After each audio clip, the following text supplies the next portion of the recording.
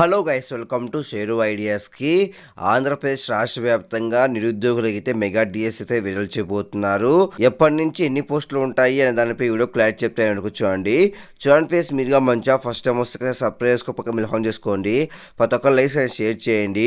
ఇంకా direct topic అయితే వెళ్ళిపోతాం. ఆంధ్రప్రదేశ్లో కొత్త ప్రభుత్వం అయితే వస్తుంది కాబట్టి ఈ నేపథ్యంలో మనకైతే అందరి కళ్ళు మనకైతే మెగా డిఎస్ మీద ఉన్నాయి. ఎందుకంటే గత 5 ఏళ్ళుగా డిఎస్ అయితే సరిగా లేదు కాబట్టి గత ప్రభుత్వం జస్ట్ 6,000 పోస్టులు విడుదల చేసింది. కాబట్టి చాలామంది నిరుద్యోగులు అయితే వెయిట్ చేస్తూ ఉన్నారు మెగా డిఎస్సి కోసం. దానికి సంబంధించి మనకైతే చంద్రబాబు నాయుడు అయితే ఉన్నతాధికారులతో చర్చలు జరుపుతున్నారు.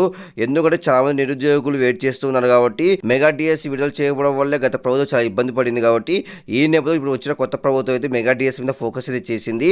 దాదాపు 30,000 పోస్టులు అయితే విడుదల చేయబోతుంది. ఎందుకంటే గత ప్రభుత్వం 6,100 పోస్టులు అయితే రిలీజ్ చేసింది. అవి కలుపుకొని మొత్తం అయితే 25,000 నుంచి 30,000 పోస్టులు అయితే విడుదల చేయబోతుంది.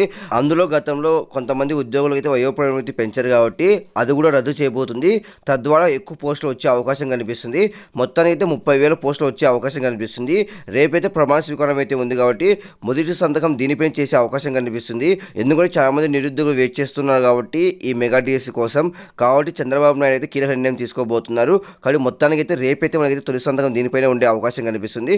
కాబట్టి ఎవరైతే నిరుద్యోగులు ఉన్నారో వాళ్ళందరూ అయితే సిద్ధంగా అయితే ఉండండి, మీరు ప్రిపేర్ అవుతూ ఉండండి. కాబట్టి ఇది ఇంకేం అప్డేట్స్లో ఖచ్చితంగా పోస్ట్ చేస్తాను. ప్రతి ఒక్క లైక్ షేర్ చేయండి, ప్రతి ఒక్క సబ్స్క్రైబ్ పక్క చేసుకోండి. Thank you for watching. Thank you.